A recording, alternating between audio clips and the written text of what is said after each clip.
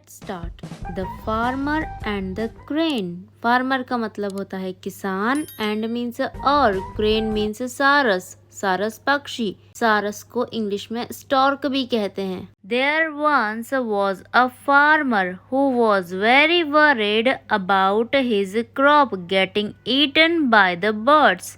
So he laid a trap for the birds. There means वहाँ, once means एक बार, was means था, एक बार था। a farmer कौन था? a means एक, farmer means किसान, एक किसान था। who was very worried, who means जो, was means था, very means बहुत, और worried का मतलब होता है चिंतित। एक बार एक किसान था जो बहुत चिंतित था। about means के बारे में, his means अपनी, crop means फसल, getting मीन्स पाना या फिर जाना, ईटन मीन्स खाना, बाय मीन्स से या द्वारा, द बर्ड्स, बर्ड्स का मतलब होता है पक्षी। एक बार एक किसान था जो पक्षियों द्वारा अपनी फसल खाए जाने से बहुत चिंतित था। So he laid a trap for the birds. So means इसलिए, ही मीन्स उसने, लेड मीन्स बिछाया, अ ट्रैप क्या बिछाया, अ मीन्स एक, ट्रैप मीन्स जाल, for the birds, for means के लिए, द बर्ड्स, बर्ड्स मीन्स पक्षी,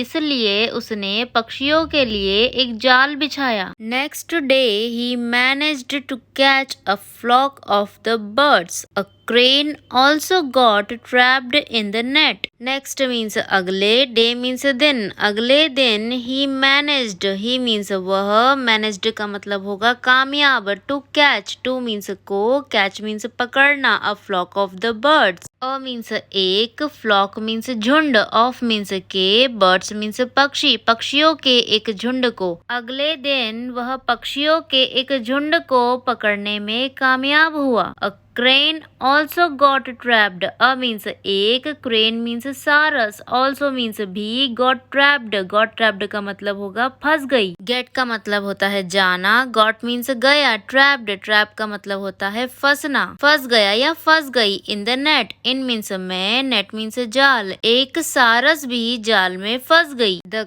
crane pleaded with the farmer for his freedom. crane means सारस, pleaded, pleaded का मतलब होता है गुहार लगाना या फिर पैरवी करना या निवेदन करना, विथ मीन्स से, द फार्मर, फार्मर मीन्स किसान, सारस किसान से निवेदन करने लगी या गुहार लगाने लगी। For his freedom, for means के लिए, हिज मीन्स उसकी, फ्रीडम मीन्स आजादी, उसकी आजादी के लिए। सारस उसकी आजादी के लिए किसान से गुहार लगाने लगी। The farmer retorted, you have been found in the company of these birds who were eating my seeds, so I will not spare you. The farmer retorted, farmer means किसान, और retorted का मतलब होता है मुंह तोड़ जवाब देना या फिर करारा जवाब देना या प्रत्युत्तर करना। किसान ने प्रत्युत्तर किया या जवाब दिया। You have been found, you means तुम, have been means रहे हो या गए हो, found means मिलना या पाया जाना, in the company of these birds, in means में, यहाँ पर कंपनी का मतलब होगा संगति, ऑफ मीन्स